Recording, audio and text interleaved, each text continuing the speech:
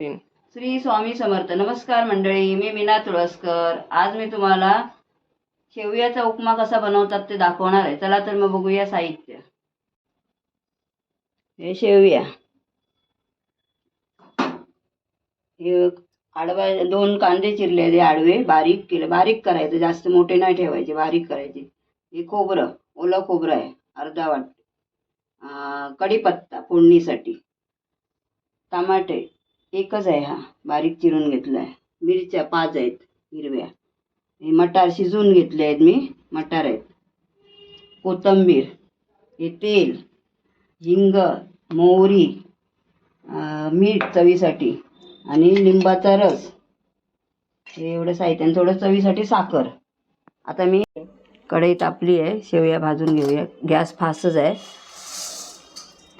नुसते भाजून घेते.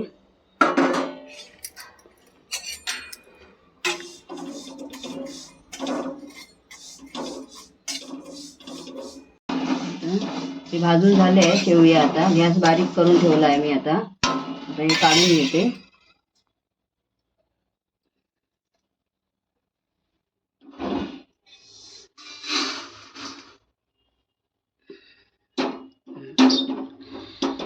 तोपर्यंत ह्याच्यावरती पण आपण पाणी तापत ठेवूया. बारीक गॅसवर गरम पाणी करत ठेवूया. 4 पेले पाणी ठेवलंय तापत, ह्याच्यामध्ये घालायचं आहे. तोपर्यंत आता फोडणीला घालून घेते सगळं. 4-5 चमचे तेल घालते. गॅस बारीकच आहे माझा.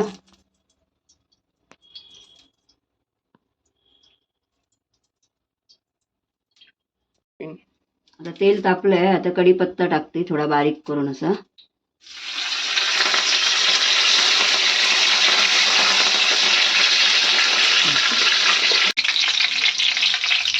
अर्धा चमचा हिंग टाकते फोडणीला.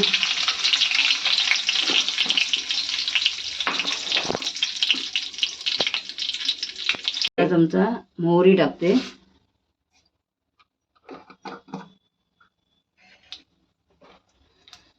मोहरी चांगली जरा तडतडली.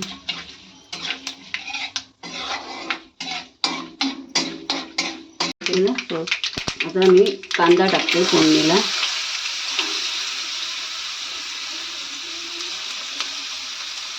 कांदा टाकला. आता कांदा धुवून घेते.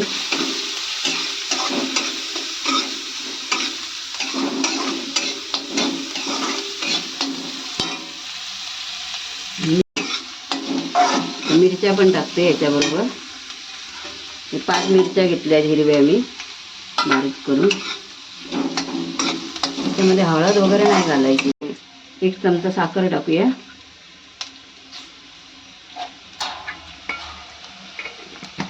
हे ढवळून झालंय, चांगलं हे झालंय, नरम झालंय हे कांदा वगैरे. आता टमाटे टाकते याच्यामध्ये. गॅस मी फास्टच ठेवलाय.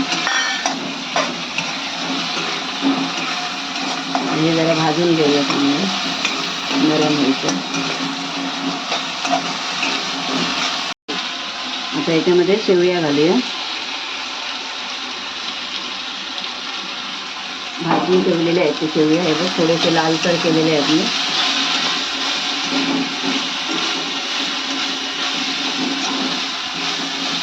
गॅस फास्टच आहे अजून माझा, स्लो नाही केला. वाटाणे घालून घेऊया.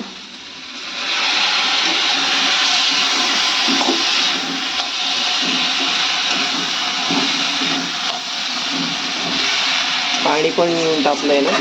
पाणी पण टाकलंय, गरम झालं ते. आता मीठ टाकू चवीपुरतं.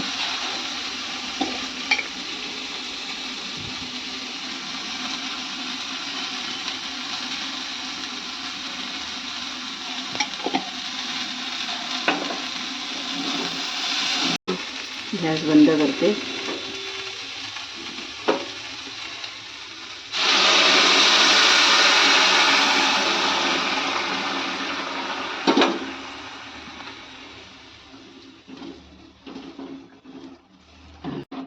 आता गॅस थोडा फास्ट करूया.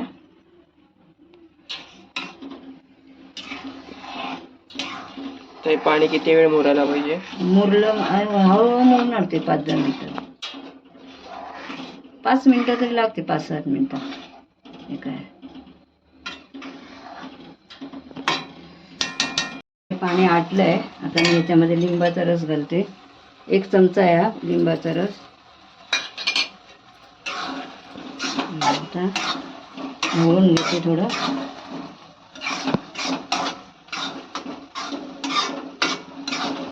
खोबरं तुम्हाला हवं असेल तर तुम्ही घालू शकता, नको असेल तर घातला नाही तरी चालेल. असं काही नाही आहे घालायलाच पाहिजे असं का. तुम्हाला आवडत असेल तर तुम्ही आवडीप्रमाणे घालू शकता. पण चांगलं लागतं खोबरं घातल्यावरती.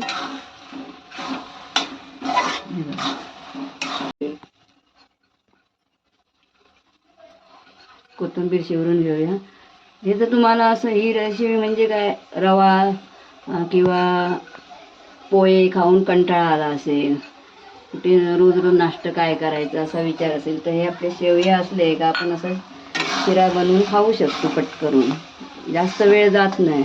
ही जर रेसिपी तुम्हाला आवडली असेल तर लाईक करा, शेअर करा, सबस्क्राईब करा आणि असे काय कमेंट करा. त्यामुळे मी असे नवीन नवीन एक एक रेसिपी तुम्हाला दाखवत राहील. धन्यवाद.